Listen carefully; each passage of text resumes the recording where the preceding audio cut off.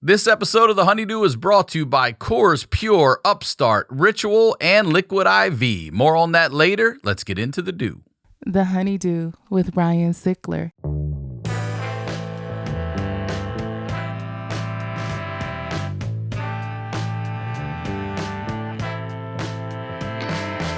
Welcome back to the HoneyDew, y'all. We're over here doing it in the Night Pants Studios. I'm Ryan Sickler, ryansickler.com, Ryan Sickler on all social media. Look, I do want to thank you guys. We've been growing this show for a year now, and I don't know when this will air, but we're right at about 100,000 subscribers. I don't know. I say it. I don't know if that's good progress or not, but I feel like it is. So fuck everybody else. We're just keeping our head down, doing our thing over here. Subscribe to the YouTube channel. You get audio on Monday. You get the video on Tuesday. Don't just watch, subscribe. And if you got to have more HoneyDew, hit up the Patreon. We're doing an episode a week, and we're not just doing 30 minutes. We're doing at least an hour with everybody. And we're hearing some wild shit. I mean, wild shit. And that show is not going anywhere anytime soon. So it's $5 a month. You now will get the HoneyDew video a day early, ad-free, at no additional charge. So $5 a month for the rest of the year. And if you sign up for your year, you get over a month free. So that community continues to grow and blow me away. If you or someone you know has a story that has to be heard, submit it to honeydewpodcast@gmail.com. And hopefully we get to do an episode with you. Night Pants Nation is another thing that continues to grow. I love seeing y'all out there in your night pants, taking those pictures, snatching them up. The joggers are available now. Everything is restocked. Get over there. Get yourself some merch. And you know I record here at the Santa Monica Music Center every week. We are working with some kids, at-risk youth, and the Santa Monica Police Department on this podcast that I've been telling you about. And when it comes out, I'm going to promote it. I'm proud of it. These kids are doing some really cool things, opening up dialogue with the police. And it's outreach through the arts, ADA, we call it, here at the Santa Monica Music Center. Now, if you're new here, we highlight the lowlights over here. It's a beautiful shit show. If you're not new here, you know these are the stories behind the storytellers. Ladies and gentlemen, it is a pleasure to have back here on the HoneyDew the man to help me start it all, your favorite mommy, y'all, Teddy Loons, Tom Segura, y'all. Tom Segura. I like the soft woos. The soft woos, just yeah. putting them up there. Just little layups. Dude, thank you for being here. Of course, man. Thanks for having COORS me. Pure. All this has started with you. The last time you were in this studio, Yeah. the day after, I call you and we're getting looted and in the middle of the fucking riots. And your crazy ass tells me, I drove back just to see what was up. I was like, why? Well, I had the gun pulled on me. Yeah, and then I they came tapped back on to the tell window. Yeah. Nah, nobody tapped on any goddamn windows. tick. I had a guy come up and show me the gun, Uh-huh. but what I found out... Did he say something to you? Yeah, I got hate crimed. He called me a faggot. I got hate crimed in the Black Lives Matter movement, goddamn it. How did he say? What did he say? He's like, what are you looking at? No, he said, get the fuck out of here, faggot. Did you say something back? Or, I'm good. I was stunned. Yeah. I was stunned. I saw At his words? Listen, the gun was the first thing. Yeah, that'll that stun trumps me. everything. All right, I don't care what you say about me or anybody. I'm Yeah. like, my daughter is a bitch. If you have a gun, If you have a gun, yeah. But I pulled around the corner. He just ran over with it like this. He goes, get the fuck out of here, faggot. And I was like, whoa, bro. I left. I came back because Louis, Lana's husband, was still on the corner. He didn't see it. And I'm like, they got guns, dude. Get out of It's here. time to go. And then the police later reviewing the video told Lana, they showed her, they said, look, what your friend also doesn't know is there's a guy behind his car with a gun. So I never even knew that person was there, saw that person or anything. So I remember I had people at my house, and you could see all this shit from my house. You could see the smoke coming up, and you called me, and I told my friend, I was like, my friends, you see that smoke? Yeah, my friend just drove back. They go, tell him to get the fuck out of there. And I was like, that's what I said. We stayed till the end. I mean, we stayed till they picked up the shit and threw it through the window, and I was like, all right, time to roll. it's time to go. Yeah. But we made it. Yeah, the you made it. studio got HoneyDewed. I got HoneyDewed. I did pull around back. I'm like, is it the hair, bro? I'm trying to grow my hair out, man. You make me feel insecure. I haven't Your hair really looks grown great. my hair. Thanks, appreciate And it. it's real salt and pepper. For I like it. for 63, You look great. I got for a great head of 63. hair for You 63. really do. I do. I feel good about it. Yeah, I'm not even we're gonna all lie. gray now. Look at my beard, man. So We've great been in up. this a minute. I know. It's crazy to even think about. I know. Just promote anything you want to promote right now. Do you have anything that's going on that's timely so we can put this up? So I'm doing the road, and yeah, I'm you're back. announcing dates like every week. New stuff gets announced, and I'll have a tour announced pretty soon. But it's all at tomsegura.com. So, and then ymhstudios.com has a bunch of we do these live shows, and then they're rentals, and then we have a whole bunch coming up. It's insane. It's Rentals? insane. What do you mean rentals? So like we live stream the show, right. but then like after For a week the or live two? event, you can just rent it. Oh, like that's considered a rental? it's called a rental. Yeah, Okay. yeah. So But you leave it up for in perpetuity? yeah. Oh, it's not this exclusive thing. Like Well, if you you don't can- rent it, it gets pulled down? no, you can rent it anytime. You can rent it Oh, anytime, and the fuck rentals, I think it lasts a week. Okay, I see. Yeah. And then you own it. The rental expires. It's just like renting a movie on iTunes or something. You can No rent shit. it and just watch it. All right, I see. Yeah. All right, there's a lot to talk about. You guys are fucking leaving, which is very upsetting to me. I know. And I'm surprised. We're really excited. I know you are. You should be. Yeah. It's time. Yeah. I mean, I'm thinking about a whole bunch of stuff, and it's like I'm just not that excited about LA anymore. And I think the year let me know that like I can do what I do from anywhere. All of us can. Yeah. And then I go like, I've always liked going to Austin, and I've gone a lot lately.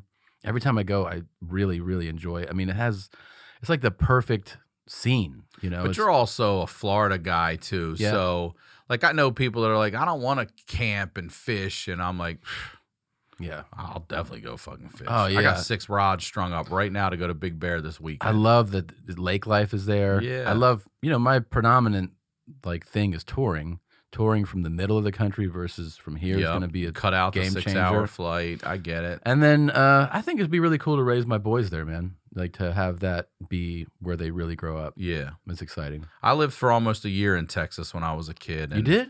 Yeah, my dad got transferred from Ronald Reagan now to Houston, and we lived down there for about a year. And I think I told Christine, I learned to swim in Texas. I learned to climb trees. Like Wow. I felt like I got like some boy shit in Texas Oh, that yeah. stayed with me. Yeah. Christina took Ellis there, and there's videos of him just throwing rocks. And she's like, not at houses.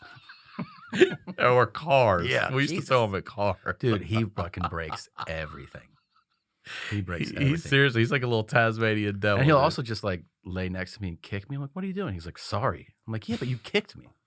Why are you kicking me? He's like, I'm sorry. Like, well, what made you want to kick me? I don't know. I don't know. You're there. Sorry, I'm Yeah. getting a lot of that Yeah. attitude too. I'm like, What?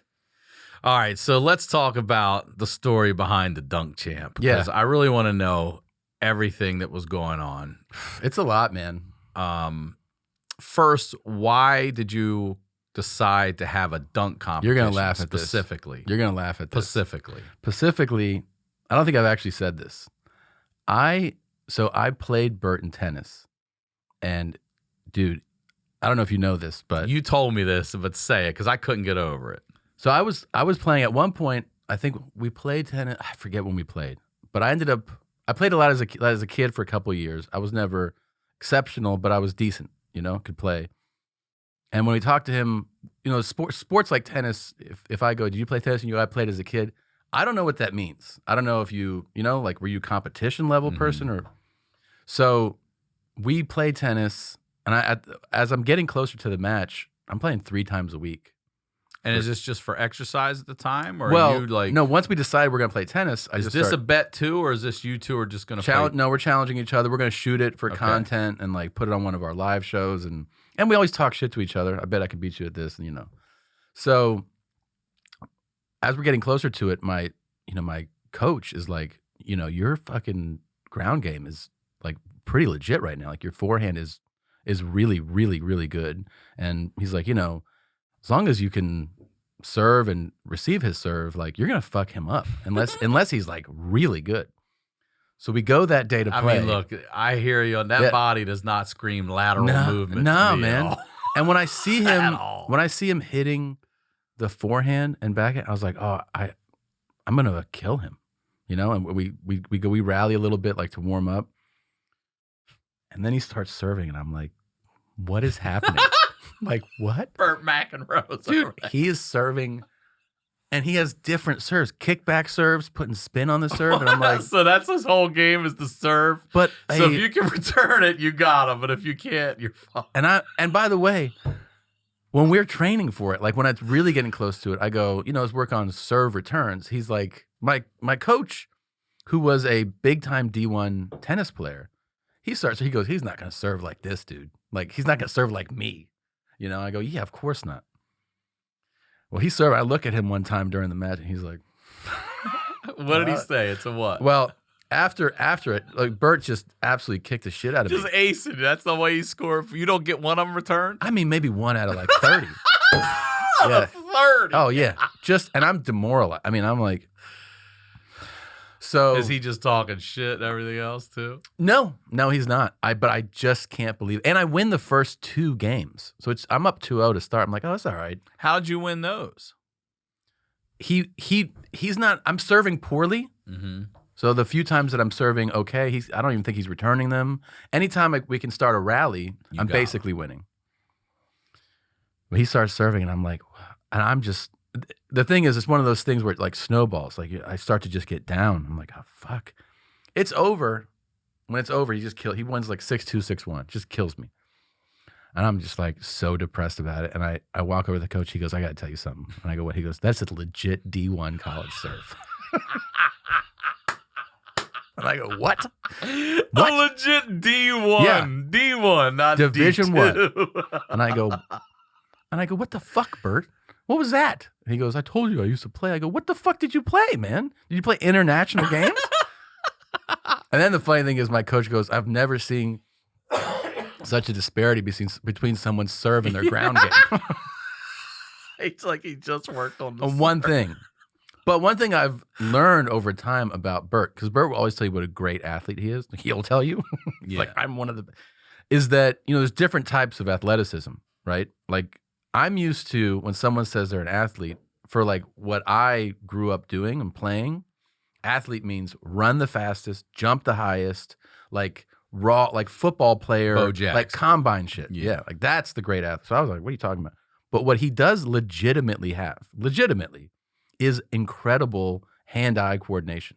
Like, it's definitely above average. Like, hitting a baseball, hitting a golf ball, tennis serve, bow and arrow, all that shit, like, it's impressive.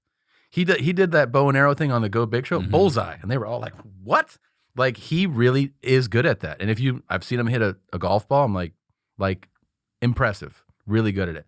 So he beat the fuck out of me at that. And he goes, what are we going to do next? So I go, I know, like, without a doubt, that I'll fuck him up in basketball. Like, not talking about dunking, just one-on-one. I played so much basketball. Like, even though I haven't played in a while, I'm like, I know he didn't play basketball. So I'm like, I just want to pick something that I'll definitely beat him in. This is even better. Yeah, because it's all ego-driven. Yeah, so I go, we'll do basketball. He ends up reaching out to Tristan Jass, who's like this YouTube kid, really talented, really good guy too. And so he's like, let's do this thing with Tristan agrees. So the whole idea is we're going to play 2-on-1 versus Tristan. Then we're going to play 1-on-1 versus each other. Then we're going to do the dunk contest. It was just to have something else to do. Who came up with the dunk competition? I don't remember if I suggested it or not. I just knew that, like, when we talked about it, it was like, oh yeah, that makes sense. We'll lower it, and then whoever can do it higher. I mean, never thinking that anything would go wrong. Yeah. So we played 2-on-1, and Tristan beats us. He's 1 versus 2 in basketball. His points count as 1, ours count as 2. How bad did he beat you? By 1. And Bert missed an open layup to win the game. That's that ground game, man. Yeah, I told him I can shoot threes. I go, I'm gonna hate you for a whole day for fucking that up. He's like, let's not talk about it. I go, okay. So when we finished 2-on-1, I go, let's just play 1-on-1 now. But then Lindsay, who works with us, goes, why don't we go to the other end? They've lowered the hoop already. We can do that. Then we'll play 1-on-1 after.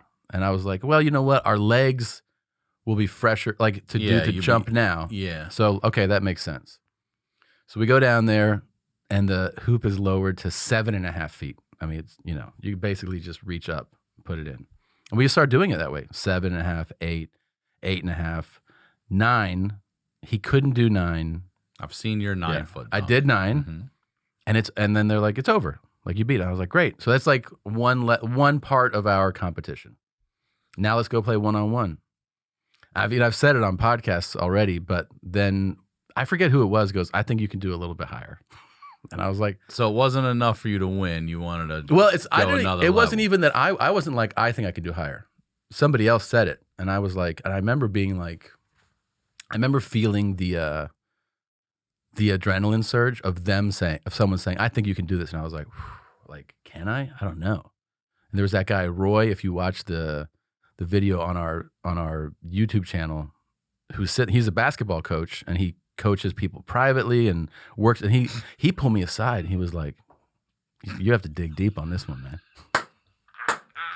Yeah, and I was like, Roy trying to pepper. yeah, he was like, because he knew it was like the 9 was close to the limit, like, But also 9.5 is that much closer to 10. It is. You know what I mean? You know what I mean? That's they like put it to 9.3.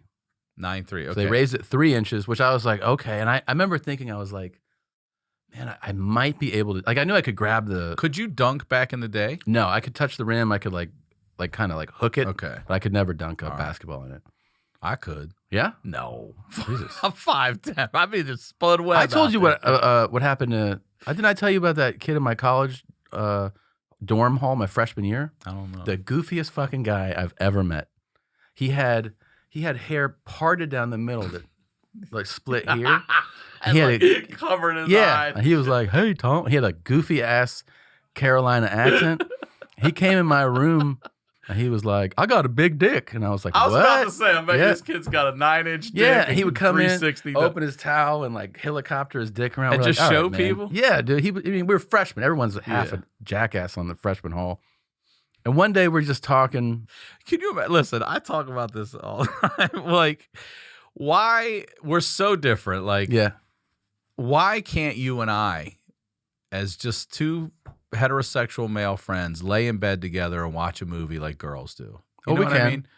What are you doing right now? It's just Tom and I over here laying in bed together watching a We're movie. just holding it's each not other. sexual. Yeah. We're just watching a movie. You know, girls do that shit all the time. all the time. What chick is coming in showing you her pussy? You know what I mean? Yeah. Like, look at this pussy, Look at this lady. pussy. Well, there are a few of those. Listen, there's always some. Yeah, there are. there's a few. You don't want to date them, but they're fun to have around. You pay those girls. Yeah. Too, yeah. So, yeah, this dude, what's his name? Yeah, his name was Justin. He was just goofy, man. And he goes, I forget how but he says I can dunk. Was his dick big? Yeah. Just helicoptering it around. Yeah, yeah. And he had a lean, slight build, but average build. Like I feel like it's those swimmers' bodies, guys. Those Yeah. skinny, like Pete Davidson guys. Yeah. that just have He's got like a hammer on him. Yeah, Yeah, for sure. For sure. So he's kind of like that. He's maybe like 6 feet. I don't know if he was 6'1". Maybe I think he's like 6 feet tall at the time. I remember. And then he goes, he said he could dunk, and I go, get the fuck out of here. He goes, no, for real. And I go, Hold my dick. so I'm like, dude, okay. And I say something to him like, let's go right now. He's like, okay. So we walk from the freshman dorm over to the gym. We're at the indoor gym. 10-foot rim. This is the gym that the college team plays on. This is the regulation, like, gymnasium, you know? And I go, you can dunk? He walks up and does a 360 dunk. Nah. Yeah. Did he even play on a team or anything? No. And He's I just was that playground guy. and he was like, I told you.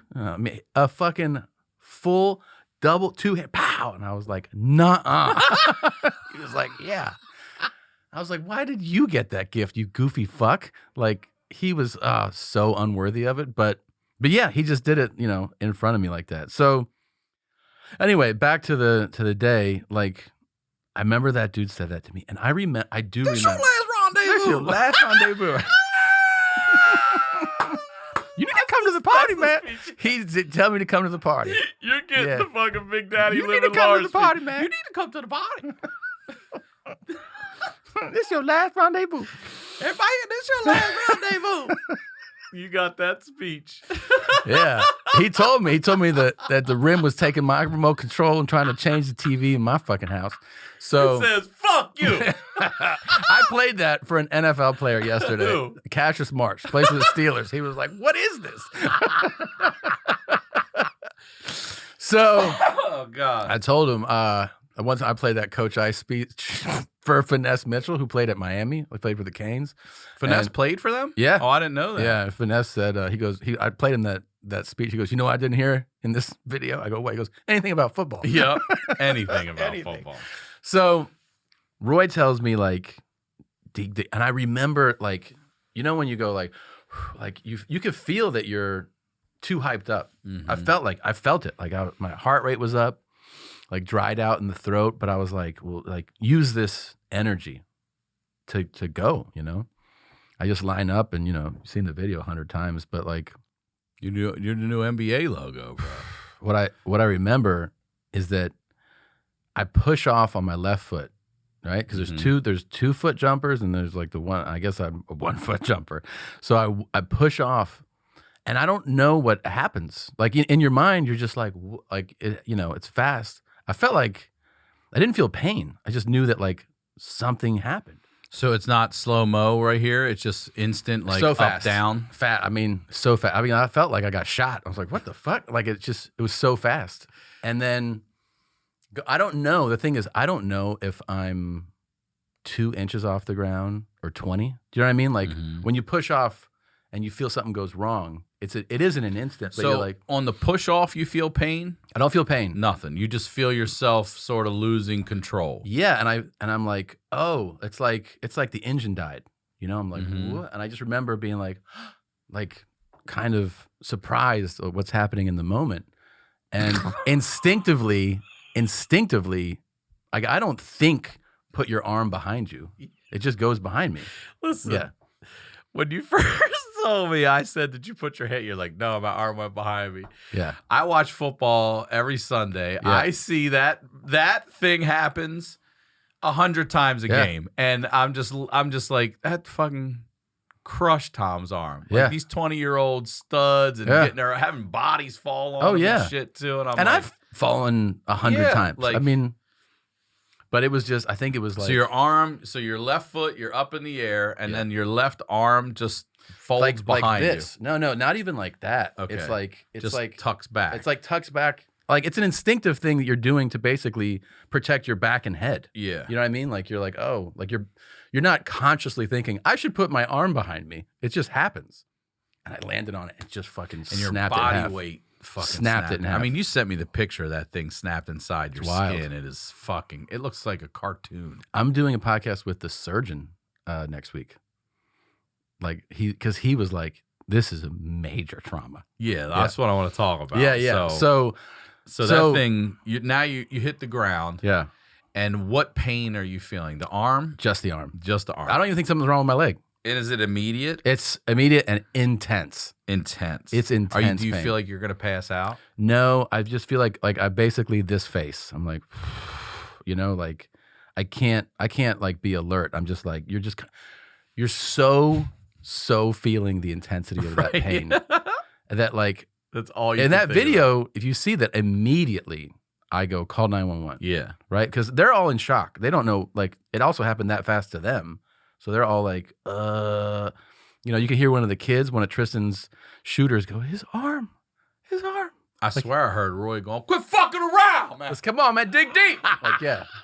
Do you know what? Did I tell you that? I think it's in the. I think he can get 10. Did I tell you that he pulled me aside and he was like, "You got that Larry Johnson, like right?" Because when I was dunking on like 8.5. Larry Yeah, Johnson. I had the 2-handed thing, You and I should've go to just my gold bag, toothed it and called it a bro. motherfucker. In my bag, I had a Larry Johnson jersey. Nah. Yes, What are the odds of that? I brought it for that day. I just didn't put it on. Never got to wear it. You still got it then, I guess. still have it.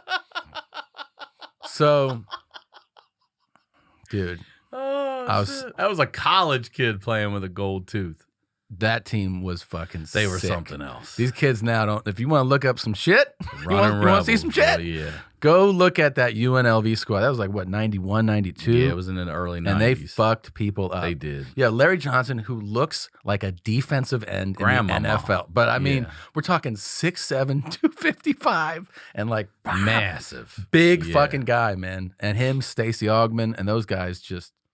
That's what I mean. I remember being a kid being like, I want to be on this fucking team. Yeah. These guys are the shit. Yeah. And then Tark chewing those towels and telling those kids, you don't have to go to class. It's not, Yeah. not Don't about worry class. about that. Yeah. It's It's about basketball. about winning fucking games. Yeah. Let's take a quick break and tell you about our first sponsor, UPSTART. If you have multiple credit cards, you know that tracking multiple balances, due dates, website logins, all that stuff can be stressful. UPSTART makes things simple with one monthly payment in one place. UPSTART is the fast and easy way to get a personal loan to pay off your debt all online. Whether it's paying off credit cards, consolidating high-interest debt, or funding personal expenses, over 500,000 people have used UPSTART to get a simple fixed monthly payment. UPSTART finds smarter rates with trusted partners because they assess more than just your credit score. With a 5-minute online rate check, you can get approved the same day and you can receive your funds as fast as one business day. If debt is taking over your life, it's time to get a fresh start with UPSTART. Listen, I know you guys use UPSTART. You hit me up about it.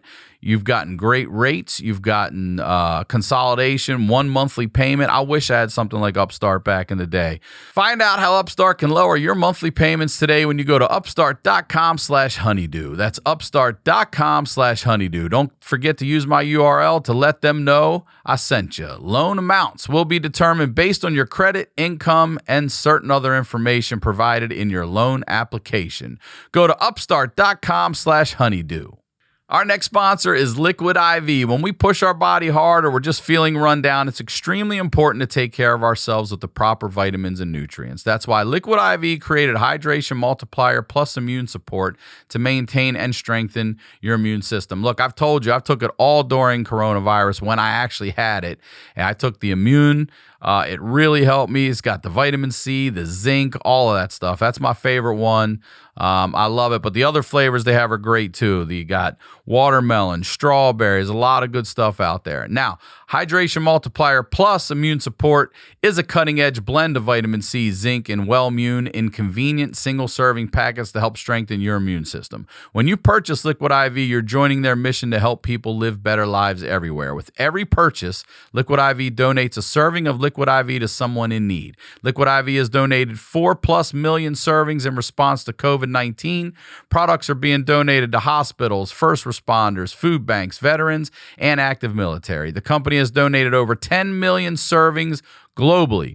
Get your Liquid IV's Hydration Multiplier Plus Immune Support in bulk at Costco or order online and get 25% off when you go to liquidiv.com and you use my code HoneyDew at checkout. That's 25% off of anything you order when you get better hydration today using promo code HoneyDew at liquidiv.com. Now, let's get back to the do. But they were the shit. Anyway, I just remember, I think I told you those paramedics came. Well, Bert takes your arm and readjusts it. Yeah, because it's stuck behind me. It's stuck. And But he pulls it. and that's not a good thing to do either, though, is it? There's a strong case that that's not a good thing to Yeah. do. They usually are like, don't touch people that are broken. Yeah, snapped in half. Yeah, Leave that but shit. and then it just dropped, and I was like, ugh. When he did it hurt when he moved it? I don't remember. Everything hurt. It hurt so intensely.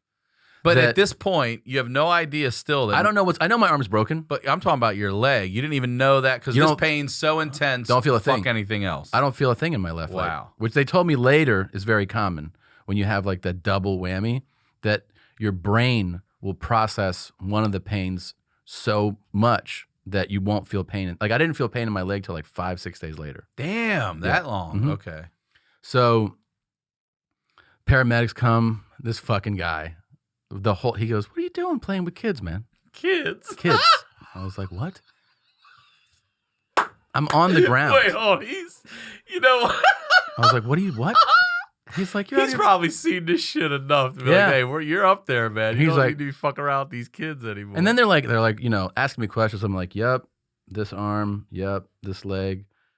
And then the guy's like radioing. He's like, "Yeah, we're gonna transport, blah, blah, blah." And the same guy, got ball hog in the Yeah. back. he did. The same guy kept going. He's playing with kids. He kept saying He kept saying it. We get in the back How of the old do you think he was? fucking 10 years older than me. And he was like, we get in the back of the ambulance. He's like, "I don't know why you're out there playing with kids, man." I go, "Just shut the fuck up, man." Like, we get to the emergency room, That's my favorite. and the doctor's like, "Uh-oh." He's like, "Yeah, he's out there playing with kids." I'm like, He couldn't let it go. couldn't let it go. Couldn't let it go.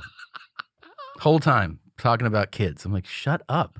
You know what I remember too? Like 2.5 months before this, I remember exactly where I was. I was in Oklahoma City. I just got to the hotel.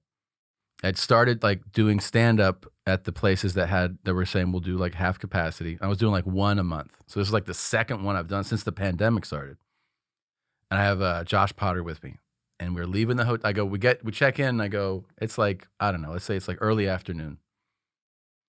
You want to get coffee? And he's like, yep. And they tell us there's a good coffee place around the corner. So we're walking up that street, and I go, did I tell you what we're doing for the next challenge, Bert and I? And he goes, what? So we're going to do basketball, and then we're going to do this dunk contest. And Josh goes, I got to tell you, man, that's how guys your age get fucked up.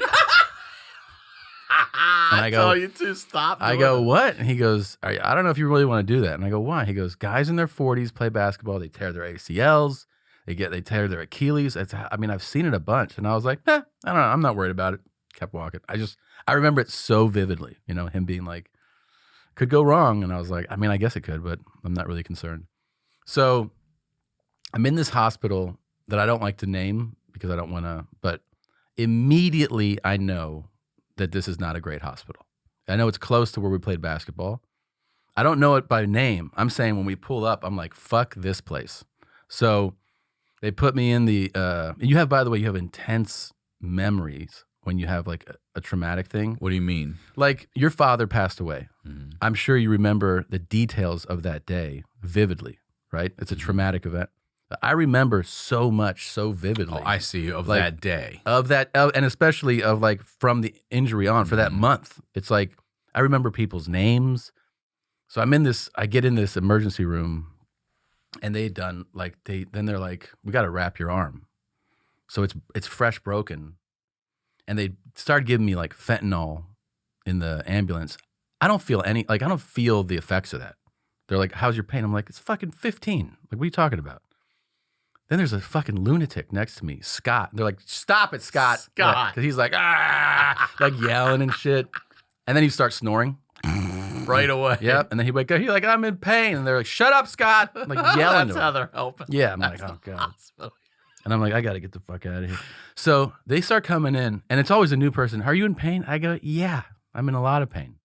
And they start just giving me drugs, pills. And I'm like, look, man, whatever you're getting, just so you know, I'm not feeling it at all. Like, I don't feel what you're giving me. And they're like, oh, okay. So they just up it, start giving me higher doses. And finally they go, now we're going to wrap your arm. I'm like, oh, fuck. So it's fresh broken. Oh. And they wrap it. And it's like, is it killing you? Yeah. They do x-rays, and they x-ray the leg. They put a straight brace on the leg. They're like, well, we know this thing's fucked. And then that's the first time you're even finding out about the leg there when they're like, this thing's fucked too. Oh yeah. Yeah. How did they know? Did they do full body? Like, yeah, well, they realized that like the injury happened. I go, something happened with I don't know what happened with my knee, but also my patella moved. Oh, so they're like, your patella's over here. Yeah, well, then that should I go, be looked at. we should probably check that out. So, God, dude, these people come in, x-ray tech, then they give me the drugs, and then after a while, they're like, so like, you're gonna need surgery. And I was like, tonight? And they're like, well, if you could, but I don't think there's someone available right now. So do you have someone you want to reach out to? And I go, fuck yeah. So I call my physician, who I've had for almost 15 years or something.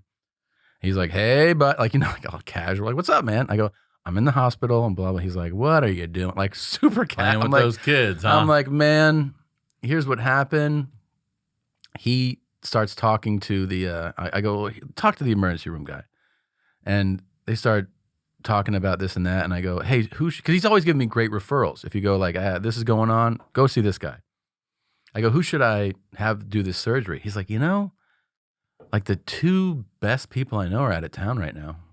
And I'm like, okay, so do you have like another suggestion? He's like, I can't really think of one. I'm like, for real? Like, yeah. I go, all right, man. So then I'm talking to this doctor. He goes, well, we have somebody who usually is here. Let me reach out to her.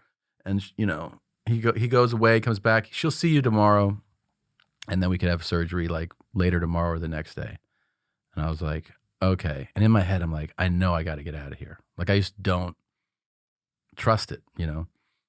So they sit me up, and I don't realize that for the last 2 hours, they've been giving me just opiates. And when I sit up, I just open into a full sweat. Like, I wasn't sweating, and then I sit up, and it's like you opened a valve, and I'm like, I didn't realize that's what it took me to feel fucked up. And then I go, I just gotta, man. And they put me in a wheelchair, and I go, I want to go pee. So they start to wheel me to a bathroom. And the guy looks at me, he goes, are you all right, man? Like, you look really fucked up. And I was like, I'm fine. Because I didn't want them to be able to keep me there. Mm-hmm. So the guy, one of the doctors goes, wait, do you want to leave? And I go, yes. He goes, you want to leave the hospital? I go, yeah. And he goes, all right, I just, I got to sign some things. And he's like, where are you going to go? I was like, I don't know, home. And he was like, okay. You're going to go home with What I didn't realize, so I didn't realize that when they discharged me, everybody goes, that was a good decision to leave that place, but you should go to another hospital. Yeah. And I was like, I just go home.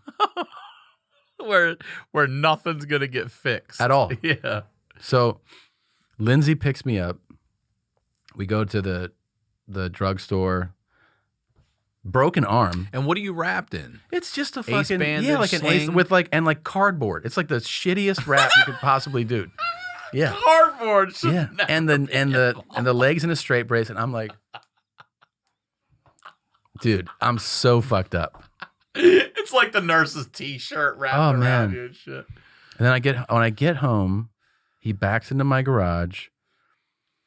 Bert and Leanne had come over and set things up in our basement. So who's told Christina first? Well, I think I told her first. When did you call her? In the back of the ambulance. You did. Mm-hmm. And what is her reaction? Do you remember all that? Yeah. She was like, okay. I go, I'm okay. I go, I'm hurt, but I'm okay.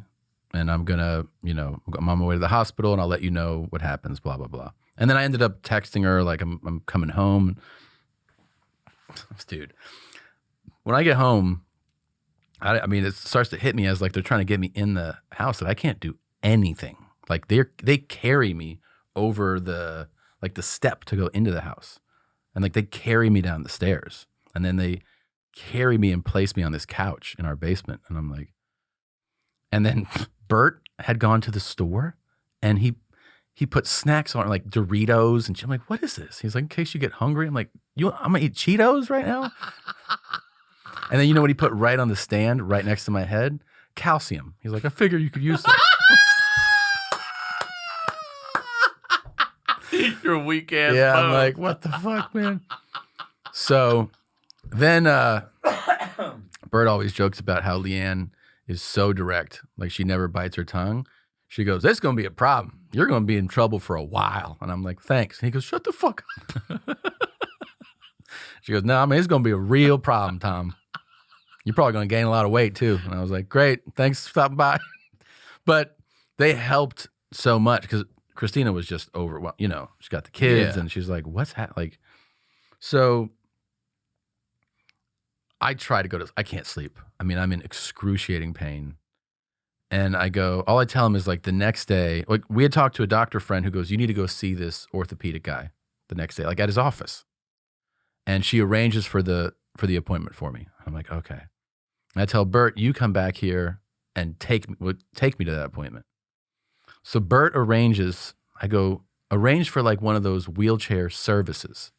You see them around. The paratransits. Yeah, they help old people go to appointments. Yeah, not assholes doing a dunk competition. Yeah, but he finds the guy for $50. I'm like, where? $50. Home Depot or Well, something? the guy shows up. He's got hair down to his waist, which is fine, but it's a little oh, you work in this field? He smells like cigarettes. Okay? He's got a 35-year-old wheelchair. The legs don't even move in it. It's rusty, and I'm like, what the fuck? Why is he budgeting for this? I don't know. I'm like, Bert. He's like, it's all I could find.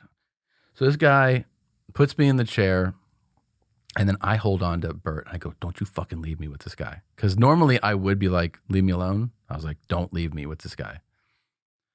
puts me in the chair. A couple times, I think he's going to drop me off my driveway, which is a subterranean driveway. I was like holding on to Bert with everything. I was like, fucking do not leave my side right now.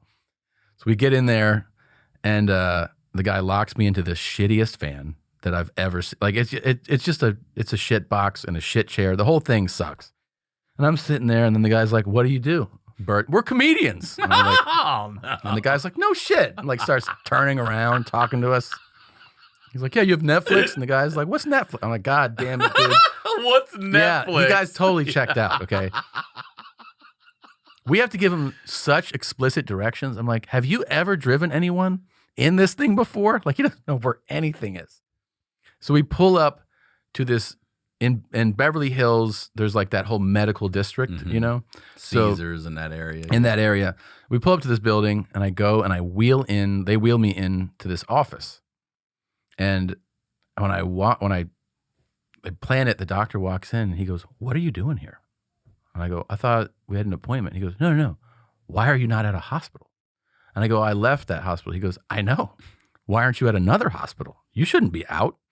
And I go, "Oh yeah, I went home." He's like, "You went home?" I can't believe you went home. And I'm like, "Yeah." He goes, "All right. First of all, you're super lucky." And I'm like, "What?" And he goes, "Oh yeah." Like, he goes, "This shit sucks, but it's all fixable." He's like, "You could have hit your head and you'd be talking with a slur for the rest of your life." He just says that like straight to me. And I was like, do you know Leanne? I'm like, "Yeah." So right away, I'm like, "Okay." And he goes, he points to my arm. He's like, this will be easy fix. He's like, "This knee." He's like, that's the real work, like, of the surgery." And I go, "Okay." And he's going to do both? No, he goes, "I could do this." He goes, "But like the best trauma surgeon in this area is Dr. Little." And I go, "Can we get him?" He goes, "Well, I can reach out to him. I don't know if he's available. I don't know if he's around. Like, I haven't talked to him today."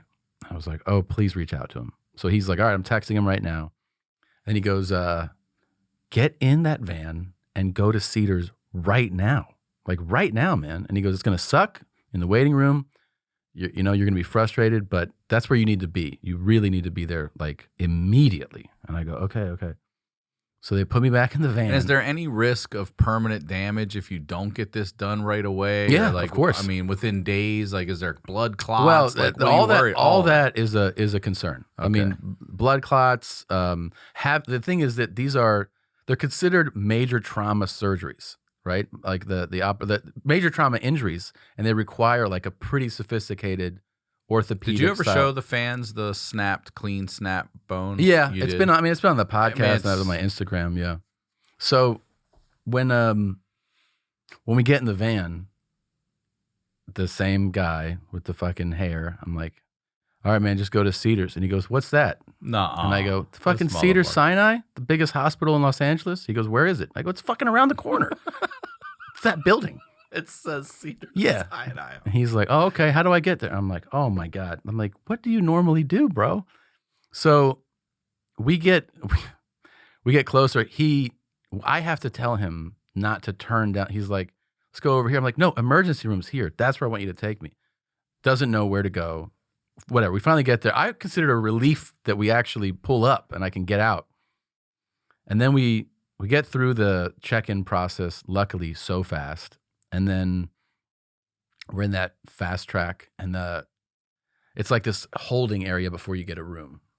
And it's for like orthopedic injuries and like. But you still don't know if this guy can take you. This surgeon's going to do I still don't know. But so you're, even though he may or may not be able to, they're like, still, you need to get You the need to go to the and hospital. get care. Yeah, you need care right now. And then he's like, "You need surgery like within the next day or so, you know." Let's take a quick break and tell you about our next sponsor, Ritual. We deserve to know what we're putting in our bodies and why, especially when it comes to something we take every day. Ritual's clean, vegan-friendly multivitamin is formulated with high-quality nutrients in bioavailable forms your body can actually see. I take Ritual daily vitamin daily. I take it every day. It's got a great mint. I can actually taste the mint freshness in it, even though my taste is still off.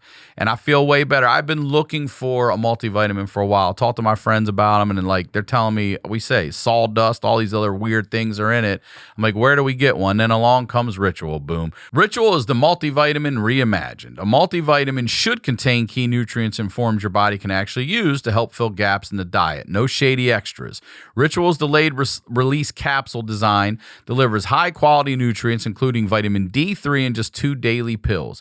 Ritual makes healthy habits easy. Your multivitamins are delivered to your door every month with free shipping always. You can start, snooze, or cancel your subscription anytime. And if you don't love Ritual within your first month, they'll refund your first order. Get key nutrients without the BS. Ritual is offering my listeners 10% off during your first 3 months. So here's what you got to do. Visit ritual.com/honeydew to start your ritual today. Our next sponsor is COORS Pure. Do you ever feel the pressure to keep up a healthy life? Like you try to get a workout daily, you eat healthy 100% of the time, you keep up with the wellness trends, you feel like you're trying so hard all the time. And sometimes the simple act of using a standing desk or getting a quick run in is enough to celebrate. Well, let me tell you something. Celebrate those everyday triumphs with COORS Pure. I celebrate. I come in here, I sit down, Ash and I record. We do our ads, we do our Patreons, we do the episodes. I go outside, I don't have a ticket. I go home, I have a COORS Pure. It's a $70 ticket here in Santa Monica. It's expensive, and they're cleaning these streets all the time. Doesn't look like it, though. COORS Pure is all about promoting balance and giving aggressive affirmations to everyday heroes. COORS Pure is the perfect beer to celebrate the wins of everyday life. So when you want to enjoy a beer without the guilt, reach for COORS Pure. It's organic, but chill about it. Go to COORSPure.com to see where you can find COORS Pure. Celebrate responsibly. COORS Brewing Company, Albany, Georgia. Look, you can find them everywhere. They're hard to find sometimes in the liquor store because everybody's snatching them up, but I found them at Target. Go get your COORS Pure at Target. Now, let's get back to the do. So I'm like, all right, man. So I get in, and now I'm in a bed. I'm not in my room, but I'm in like this kind of, they call it the fast track. So it's like, at least you're getting processed, your name and everything. And they know that they'll kind of evaluate you and send you somewhere from there. So I get into that, and I have, Bert sitting here with me. He is also, this is like so not his thing. Like he's totally like COVID paranoid. Like he's somebody that was like that the whole time. Yeah. And I could see it in his eyes, but he's like staying with me to make sure I'm okay. So then I end up feeling like it's weird, but I end up feeling like tremendous gratitude, which is like before anything happens, like before any surgery or anything. I'm like, oh, I'm so lucky to have this. But family also, and friends. you got this fucking COVID, nightmare going on in our city at that time. Oh yeah, and now you're having to go into a hospital where COVID people are. Dude, when we're going through the emergency room to get like checked in, this guy comes in, no mask. He's starts telling, he's like, I have fever, I'm having trouble breathing. And they're like, put a mask on. Like, and Bert, you see Bert's like, I don't know why he's not wearing a mask. out, He's yeah. totally freaked out. So when they finally start going, they send in this orthopedic team comes in. Not the main guy, but like the team. And they're like, we looked at the x-rays. And they're like, yeah, this is pretty bad, and we're gonna fix you. Like, don't worry, it's okay. Like, we'll take care of you. I'm like, okay. I'm like, how's your pain? I'm like, fucking through the roof. And he's like, I gotta tell you something. I go, what? He goes, we gotta rewrap this arm. This is the worst wrap I've ever seen anybody do. And I was like, cool. Cardboard. And then I tell this first guy, I go, yeah, he's like, who did this? And I tell him this hospital. And he goes, wait, why are you here? I go, because I left that hospital. He goes, that's one of the smartest things you've ever done. And I don't even know you. Wow, really? Yeah. I know the one you were in. I go, yeah, man. So he unwraps the arm. Now it's broken. God. And I'm in full pain, and they got to reset it and rewrap it. They had to set it again? And then he's like, hey, Bert, give me a hand. Nah, so, yeah, Bert already gave you a hand. So Bert's like helping him wrap it. Hold his arm here. I'm like, so they rewrap it. Bert gave me his earbuds. I remember that. That was really nice. That was nice. Yeah, I remember that. He's like, you can have it. He's like, do you want my charger? I was like, fuck yeah, I want your charger. Gave me his charger. And then eventually he leaves. Like I tell him, I'm like, I'm good now, man. I'm settled here. And I feel safe. But wait, when have they told you specifically what is wrong with your knee yet? No, I don't Still know. not. I don't Okay. know All exactly what's wrong with it yet. I just know they're like, you're gonna have operations. You're gonna have at least 2 operations. And I go, okay. So then these nurses come in and they go like, every time they're like, how's your pain? I'm like, it's so intense. And they give me pills, they give me this, and they're like, all right, we're gonna go. This is the max. The max that we can give you is Dilaudid. And this doesn't happen for like a couple hours. I'm still like, every time if I go like this, you feel just excruciating pain. So I'm like, okay. So I remember the guy comes in, he goes, now, a lot of people say that you'll feel a warm rush through your chest. So I'm just letting you know. And he goes, that's normal. And that, this is the most we can do here. Like, there's nothing else after this. And I go, okay. Oh, my bad. Bert's still there because I remember he was still there because they give it to me and it was like a clock. It was like 5, 4, because I don't feel anything. And all of a sudden, like a warm, and I was like, you can go now, Bert. I was like, you can leave. I've watched Dilaudid hit 2 people and instantly just watch him go. Yeah. It was and here's the thing, the arm still hurt, but it was the first time where I was like, well, at least I think I can rest now. Because I don't think I'd slept in, I don't know, a day and a half now or something, right? I'm like, ugh. So then they're like, people are coming in, like different person every time. Nurse shift changes, different doctors, orthopedic team. And when is surgery? The next morning? No. So then they're like, you need to get x-rays. So they would wheel me out, go get x-rays, wheel me back to that room. Hour goes by. You need more x-rays. Wheel me out, get x-rays, go back. Okay. We need to do MRIs. Wheel me down, get the MRI, wheel you back. The whole time they're like, hey, your room's almost ready. Like upstairs, like where you'll have your own proper room. Okay. That's like, let's say 4 p.m. 5, 6, 7, 8. I'm like, what's up with the room? They're like, yeah, it's getting ready. I'm like, you said like 5 hours ago, man. It just keeps going. Finally, after all the x-rays, all the things, your room's ready. All right, they wheel me up. They put me in a gown, and then they go, tomorrow morning, the orthopedic team will come in, because now it's like 10, 11 at night or something.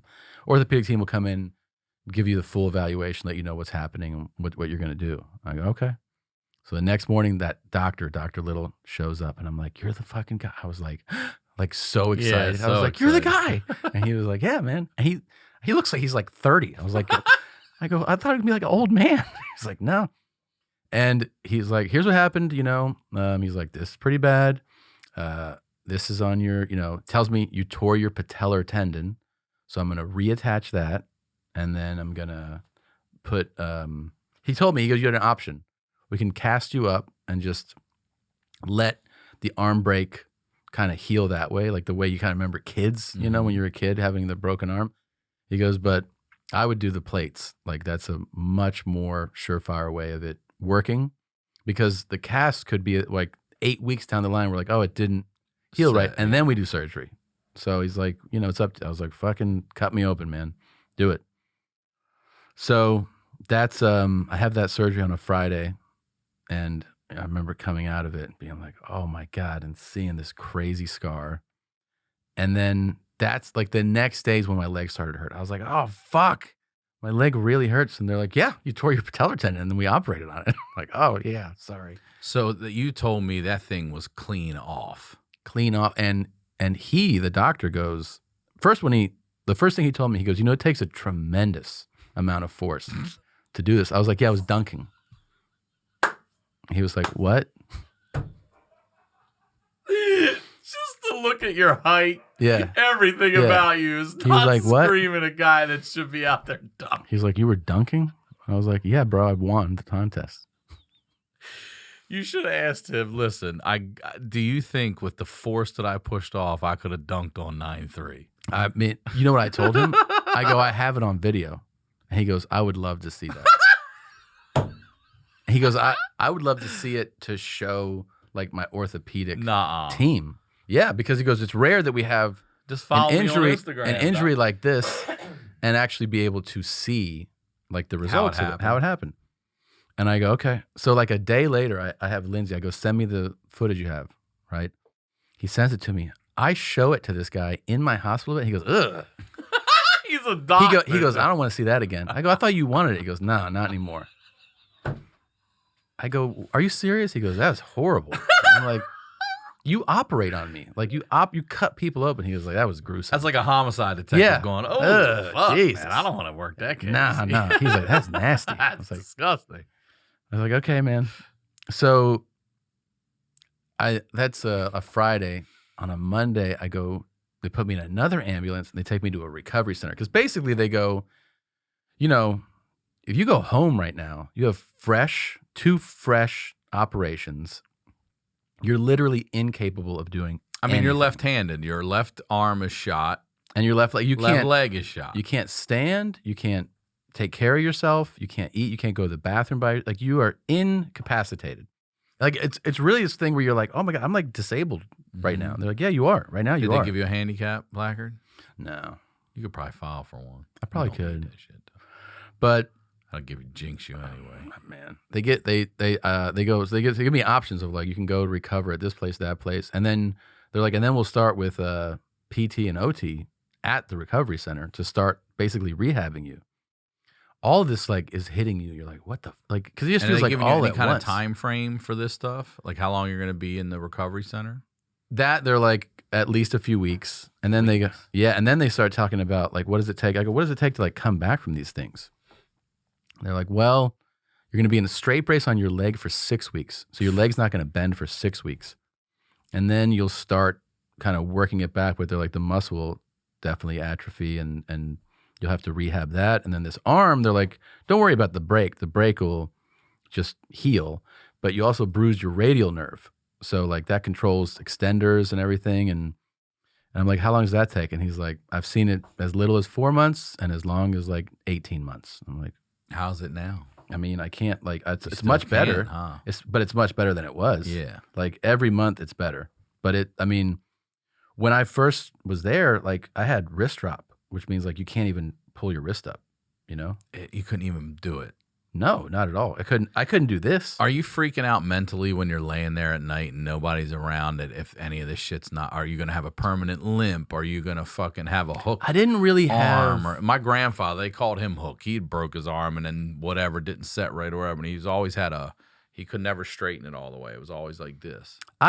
They made me feel like, this stuff you'll all rehab. And I believed them. I was like, okay, really? And they're like, yeah, the thing they emphasize to you is like, it takes time though. It's not like a week, man. Like it's going to take a while, but you will be fine. 2 young kids at home. You got a lot going on. So then the next day, I get to the recovery center, and they had stopped like on the day before at the hospital doing Dilaudid. They moved to oxys, to pills. I get to that recovery center. I get in bed. Like the paramedics put you in a new bed. I'm kind of getting my bearings. And then the nurse comes in with a needle and she goes, all right, I'm going to give you some Dilaudid. I go, oh no. They stopped giving it to me yesterday. And she goes, well, you're getting it tonight. I just put it in my arm and I was like, I just passed out. I don't remember. Just went to bed. Next morning I wake up. And then I'm like, it starts to hit me like, oh man, I didn't realize how little I was capable of doing, at the time. Mm-hmm. I can't do, and like, I still remember I was always either 1 degree or two too hot or too cold, but I couldn't control it. So I have to call someone in. Could you raise it a degree? A degree. And they're like, sure. And they're like, yeah. And then like 10 minutes later, you're like, could you lower it 1 degree? You have to call them in to do it. It starts to like fuck with your head that you're like, oh, I have to have someone do that. Or like that water bottle is out of reach. Call someone in. Could you pass me the thing that's fucking 8 inches away? That kind of stuff. Yeah. And then, so at first this whole thing I felt was like, emotionally, I felt like this overwhelming gratitude. Just that like I was taken care of, that I was able to get this amazing surgeon. I was like, oh man, like, I was told that this was the guy and I actually got him. And I kept going like, I'm so lucky. Like in my head, I was just thinking this. I'm so lucky I have the friends I have, the family I have. I'm so lucky that I'm here and they're taking care of me. I would feel really lucky. And then I would feel like just depressed to be sitting in that room alone. And I said before, like you don't have true isolation, but you kind of have partial isolation. Mm-hmm. You start going like, oh man, what's it like for people in real isolation? Because I'm not having that much contact. I mean, Christina's out. She's got to take care of the kids, and there's, she's got to keep things going. And you're not allowed to like come for that long anyway to these places. So I'm just sitting there like, man, just kind of bummed out, but like not super fucked up about it, but kind of thinking about things. Oh man, my life and all this. And then the PT comes, and she's like, man, she told me later, she's like, that first day, she goes, I didn't know what the fuck to do with you. Why? She hadn't seen anything like that? She was just like, they were such major injuries, and you were just like laying there. I didn't think you were capable of doing anything. She was worried about blood clots and infections and all this stuff. So she was like having me do ankle pumps just in bed. Like that was like, she was like, just do that. Like move your feet like this. I was like, okay. After a couple of days, she goes, hey, have you felt like, she's coming like 3 days a week to start. She goes, have you felt like really down, like real bluesy, cried or something? And I'm like, no, because I hadn't experienced that. And she goes, don't worry, it's coming. And I go, what? And she goes, it's coming. And I figure it's like the blanket thing that somebody says to everybody, and it applies to a percentage. Mm-hmm. Sort of like someone saying, don't play basketball in your 40s, you'll get fucked up, So I'm like. Exactly like that. So it's Friday. That's when she says it to me. It's on a Friday. The weekend comes, Saturday, Sunday. Monday, she comes for the next session. She goes, so how you feeling? I go, I'm all right. She goes, you feel real sad yet? I go, no. She goes, you haven't like broken down or anything? I go, no. She goes, it's coming. She said it's coming. I'm like, okay. I go, I really haven't. Like I told you, I felt the gratitude and stuff. Dude, she left at like 2:00. I think like 6:00 that night. I was like, like bawling. What started it? They switched my nurse on me.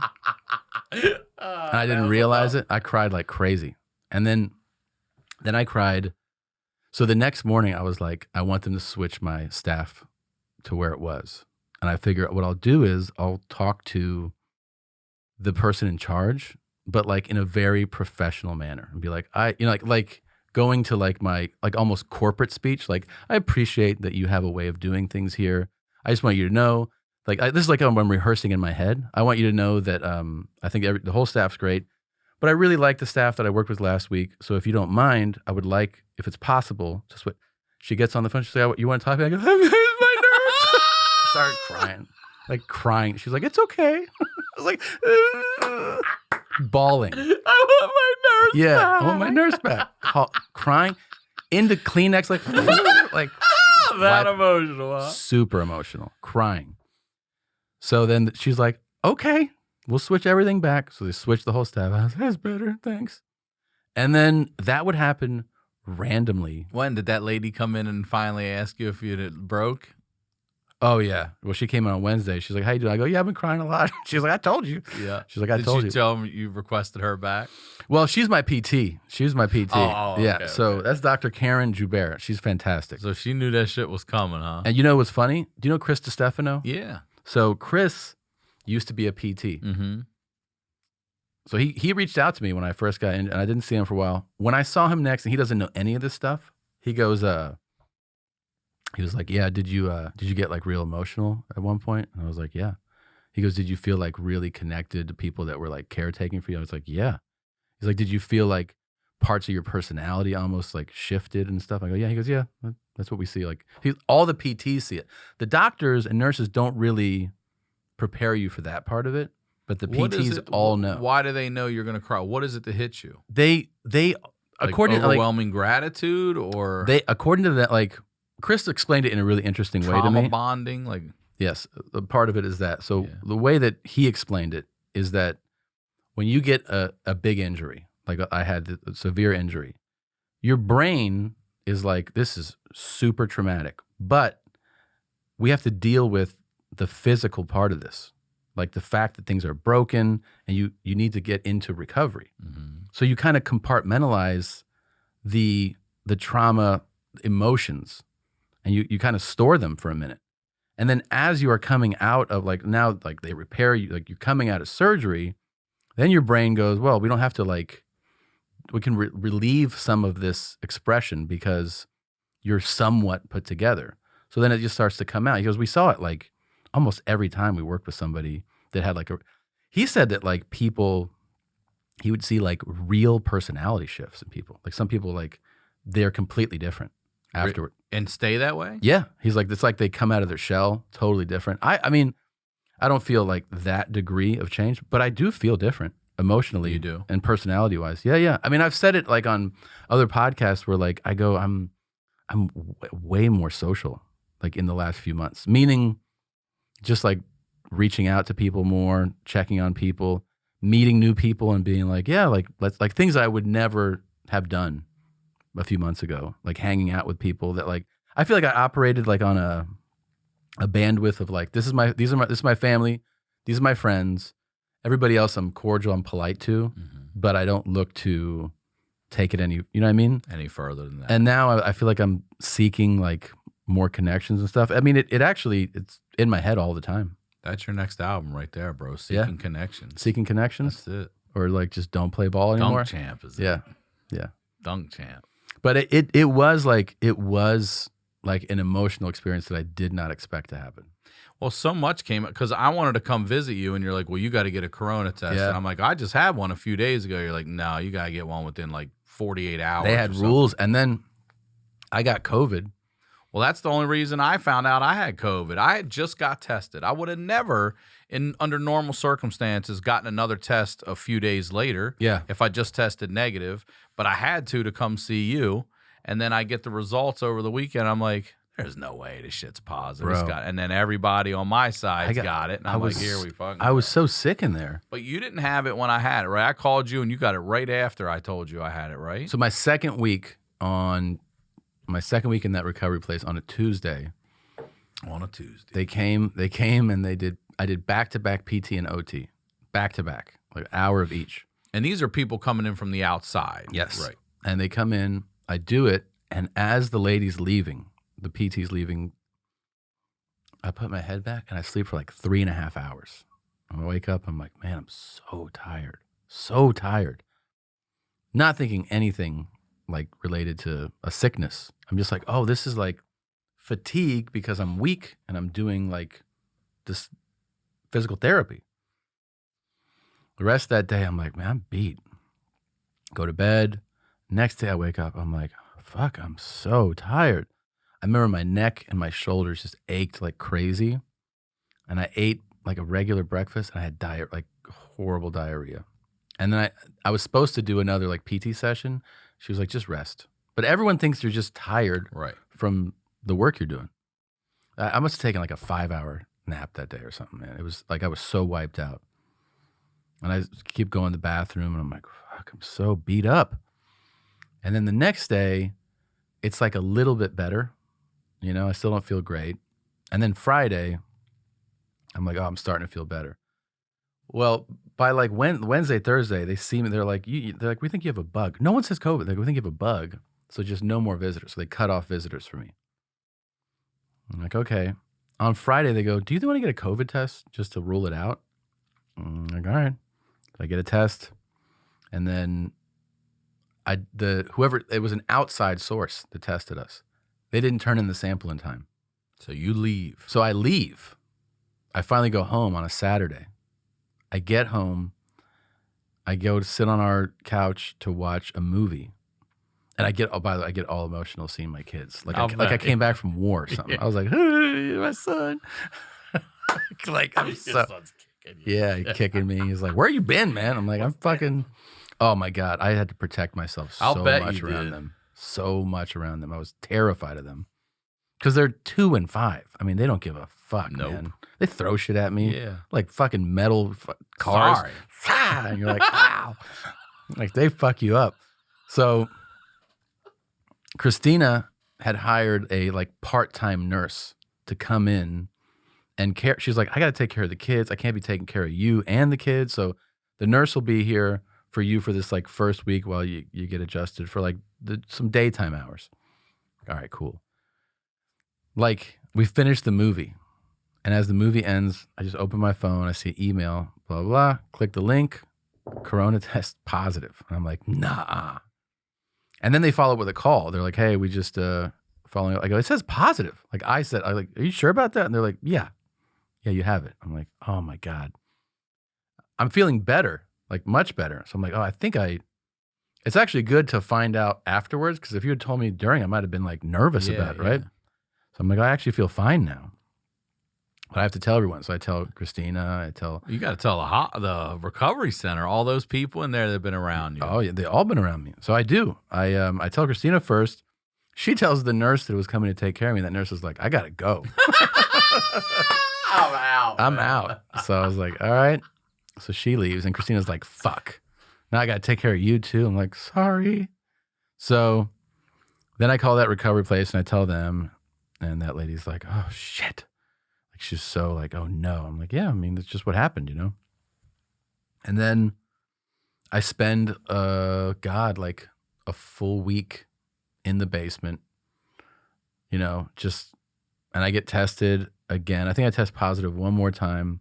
Then I have someone come and test me and I finally test negative. Then Christina tests positive. Yeah. She has like that cockroach DNA though, where like. Nothing happened. I mean, she was like kinda not feeling great for like 2 days. Mm-hmm. None of the symptoms I had. So, yeah, then I think I go upstairs for the first time December 20. You climbed the stairs yourself? Yeah. But like with like a peg leg because it's still in the straight brace. Dude, my doctor gave me clearance to drive. I couldn't believe when you were driving. January 6th with the straight brace. Mm-hmm. So like your left leg is completely straight out. But it made me feel normal to drive. Yeah. So yeah, I mean, I spent Christmas upstairs and around, and then well, when I came over, I saw your little old man stool that you had to sit on in the shower. That thing, by the way, the most terrifying thing the whole time was showering. When I was in recovery, did you sit? You just sat and slid in, didn't bro. You? Recovery, they go. I'm like in the hospital, they do sponge bath. Recovery, they do sponge bath. By the second week, they go, "Do you want a shower?" And I was like, "No." Just keep doing because that was actually like a fear of like, you start looking at, I just talked to Joey Diaz because he had knee replacement. The way you look at floors after something happened to your knee, you're just like, the thing you look for the most is like a slippery spot. Yeah. Like you look for a water spot. Wet tile and shit. Or I started, step downs. when I get home, I always take my shoes off and I walk around in socks in my house, but I have hardwood floors. All you need is like a little slip and dude, the adrenaline that you feel of like, oh my God, something's going to happen to my leg. So now I take socks off. Or I have hardwood floors, but I wear my flops. I wear my Adidas slides. I just was like in a full panic about that. But, when I get home, so I haven't had a proper shower now in like weeks. So I sit in this thing, but you have to sit in the chair first, take off the brace, take off the wrap, then shower seated, and like it's not the most stable chair to begin with, right? You're like, oh my God, clean yourself, turn the water off, dry off, seated, rewrap, rebrace. That to me was like one of the most stressful periods to be in. Of just like, I just wanted to get out of this and feel safe. And like, what is it like when you're seeing your scars? They don't really bother. There's things that like just you go. I mean, the knee one. It's was that like, the first time? It's not the first time you saw the scar, though, right? No, you would see it when they'd wrap it and rewrap. You see it when they wrap it, and like it didn't really bother me. The arm one's dramatic, but like everyone at first they're like, "Are you gonna get a huge tattoo to cover it?" And I was like, "Yeah." And then they're like, "What are you gonna?" I'm like, "No, I'm not actually doing that." That's the tattoo. Yeah, I don't. Yeah. I just it's just a scar. I don't know. It doesn't bother me. I mean, but the showering was full fucking panic. And being able to shower without help was like such a victory. Like when I finally could be like, I don't need you to dry me off. Would you say it all through this? Yeah. You're most vulnerable. What was it when you broke down about your staff being replaced, or was it feeling like taking a shower. What about wiping your ass? I bought you that wiping the ass thing. We didn't talk about that. Did you even try it? I remember. So, Listen, there's no way that thing works. I kept looking at this thing. I didn't try it. It's a gripper, and you're supposed to put it up underneath you so you can wipe your ass like this. But all it does is it looks like it smears the shit just everywhere. There's no way. Dude, my shits. Toilet paper in there. And my shits were. Well, you're probably not shitting much from all the pain meds they were giving you for a little while. First right? time was 5 days. Yeah. So on day 5, they go, "Have you gone?" And I go, "No." And they go, "You could do a suppository today, or we can wait. But, if you end up building it more, it could be a problem." And as soon as I heard that, like, could get bad, I was like, "Do it today. Let's do it today." Yeah, so 5 days is a long time. Yeah. To take a so shit. they do it. You're Annie. They do it in the hospital. Yeah, like on the 5th day. And I'm concerned because I've had surgery and I go, I can't wipe. Like, you can't lean, you can't turn, you can't reach. It's fresh scars, like fresh operation. And I've really thought about it. Like, I wipe with my dominant hand. I don't know if I could get myself completely clean with my. But I've always wiped with my right hand. I'll have you? Yeah. All right. I do a number of things. I do my phone, everything's left-handed, but that's about it. I write with my left hand. I eat like with a fork with my left hand. I brush my teeth with my left hand, but I wipe my ass and I jerk off with my right hand. Do you really jerk with your right? Yeah. I don't think I could do Yeah. and I throw a ball. I throw a ball with the right hand. No, I don't. I couldn't do that either. So I remember I was like, I think I'm going to shit. And the doctor was like, that's good because you haven't, I go, yeah, but I can't wipe. He's like, oh, one of the nurses will do it. And I was like, oh.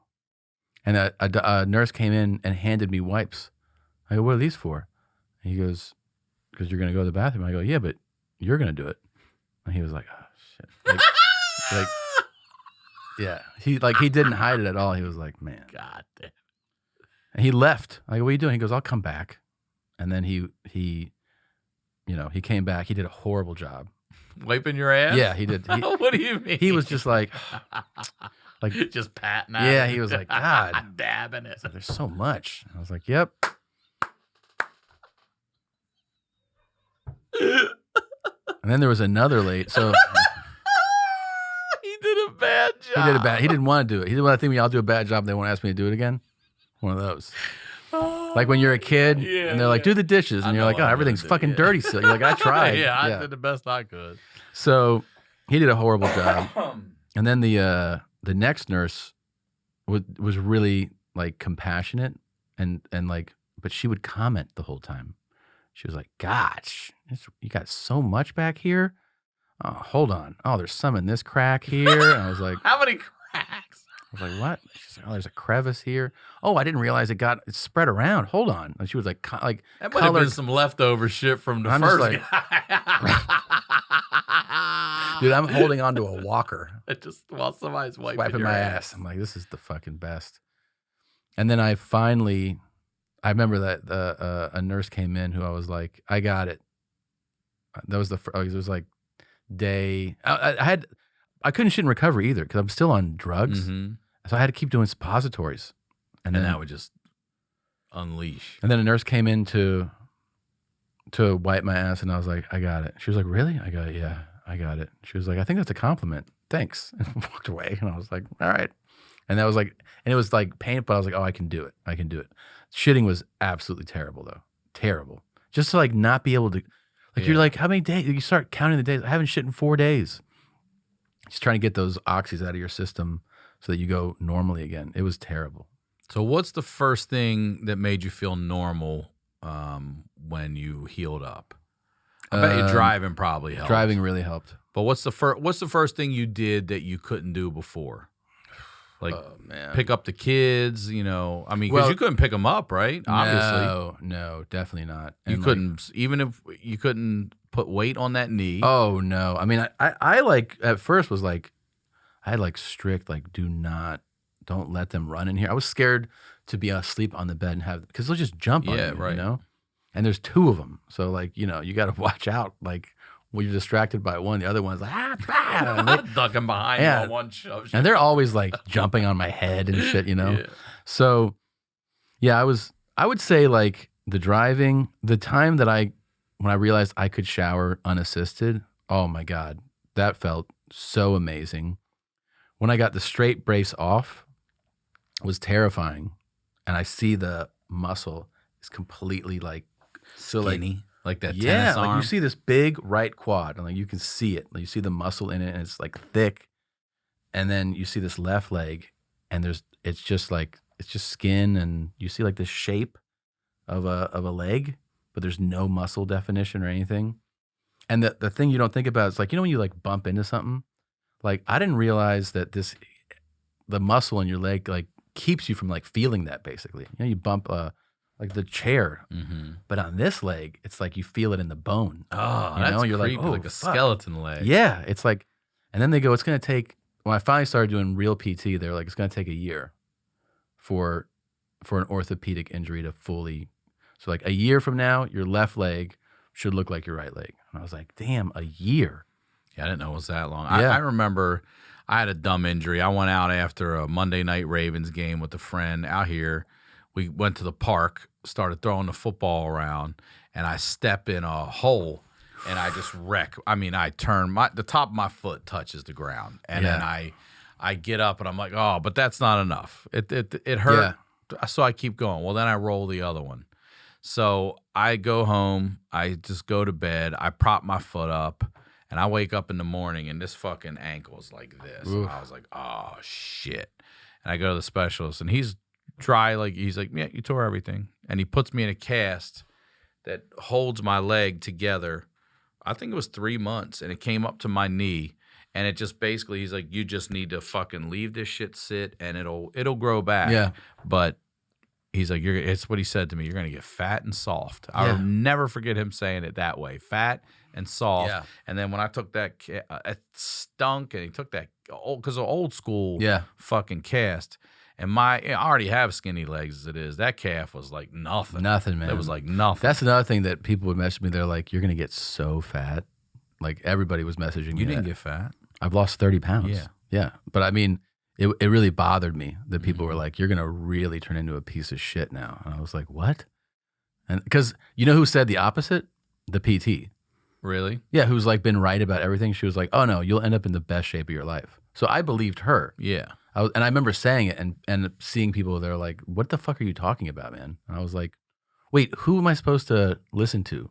The person who therapists were right about everything. They're right about everything. And I was like, so crying yet? The person that like deals with this, or like some fucking douchebag, on Instagram. Right, I was like, what? But I remember reading that and being like, why would that happen? They're like, because you're just going to be a mess now. Like, I was like, okay. But no, she's been right about everything. Everything.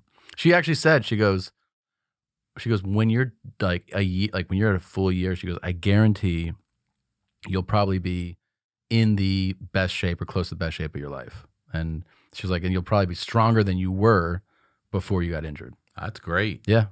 Well, you're already out there lifting and everything else. Yeah. I'm lifting, doing a lot of cardio. Dude. Yeah. Eating right. That's the other thing I was not doing at all before. But I was working out a lot that time. That's the thing that like also people get wrong. They're like, well, you shouldn't just go from doing nothing to that. And I'm like, yeah, but I wasn't. Like, I was working out like 5 days a week. I wasn't eating great, but I was active, Yeah. I was lifting. I was playing tennis still, even after we competed. I still kept playing, kept training. It's just fucking, it's a freak injury, man. It's a freak fucking injury. Yeah. Yeah. Well, I'm glad you were able to capitalize on that motherfucker. I got paid so much money to get injured. Let me ask you this. You keep your business to yourself, but the money you've made off the shows and everything, if you knew going into it, if you break this and this, you'll make this, would you go do it? No, Definitely not. I mean, I look at it now as like, you don't want this injury or these injuries. Now I'm comfortable that they happened, and I feel like it has put me on a better path. Like I said, with exercise, with diet, with like so like I see the positive that comes from it. I would never go like, hey man, if I give you this check, will you take these injuries? Like, fuck no. These injuries are terrible. There's a lot of people out there who will take those checks. Well, it's so much money. I made so much money. Like it's alarming. But it still is not worth getting injured. It's alarming. Yeah. Yeah. Well, thank you for coming on here and doing this, dude. Yeah, I man. love you. I wanted to have a beer here on our last episode before you officially move away, but you guys are going to be coming back for a while, won't you? This will make you laugh, I think. So I have this, we move out of the house soon, and then we're in a hotel for a minute. We visit family. We move into our house in Austin May 10th, and Okay. I am back in LA May 12th. Nah. Yeah. Are you really? Yeah. To record stuff? Do shows and Yeah. record, and then I come back again like 3 weeks later, and then again 3 weeks, and each time is for like 5 days. So I mean, I'll be here all the time, man. All right. Well, But I love you. I love you. You're absolutely the best. I think back on like, you know, it's kind of a new chapter to like be moving, obviously, and like start a life in Austin. But you're definitely one of the brightest like memories that I'll have of Los Angeles. That's nice, man. Thank you. No, I mean, like I remember vividly meeting you and being like attached to you and basically living. I invited myself to your apartment and I just stayed there, and it's the best memories I have. It's great. So we had a lot of good times, man. I'm getting emotional. Well, I love you, dude. No, I love you too, and you know we'll be doing. Well, I'm coming to Austin. As You soon have as you to. all get settled, I'm coming down to check it out. I want to come down You for absolutely a have to, minute yeah. and check it out. And hopefully this all this bullshit gets lifted, and we'll be doing gigs again too. Yeah, I can't wait for Yeah. that. I'm vaccinated. I'm ready to go, God damn it. Let's roll, man. I love you. One more time, promote whatever you want. Just, you know, a bunch of dates are coming, tomsegura.com. And of course we have the podcasts. So they're all on the Your Mom's House podcast YouTube channel. And I actually have ones that I started on my own channel, the Tom Segura channel. Yeah, the Tom Talks. Tom Talks, which is so fun. I And saw then you picked up the Spanish one again. Spanish one helps me because I'm touring in Spanish. Yeah. So I do that to like keep speaking Spanish, because that's the one thing I realized, that if you don't speak all the time, it really starts to fade on you. Yeah. Yeah. All right, brother. I love you. Yeah, I love you too, man. RyanSickler.com. Make sure you subscribe to the YouTube channel. Ryan Sickler on all social media. Talk to y'all next week.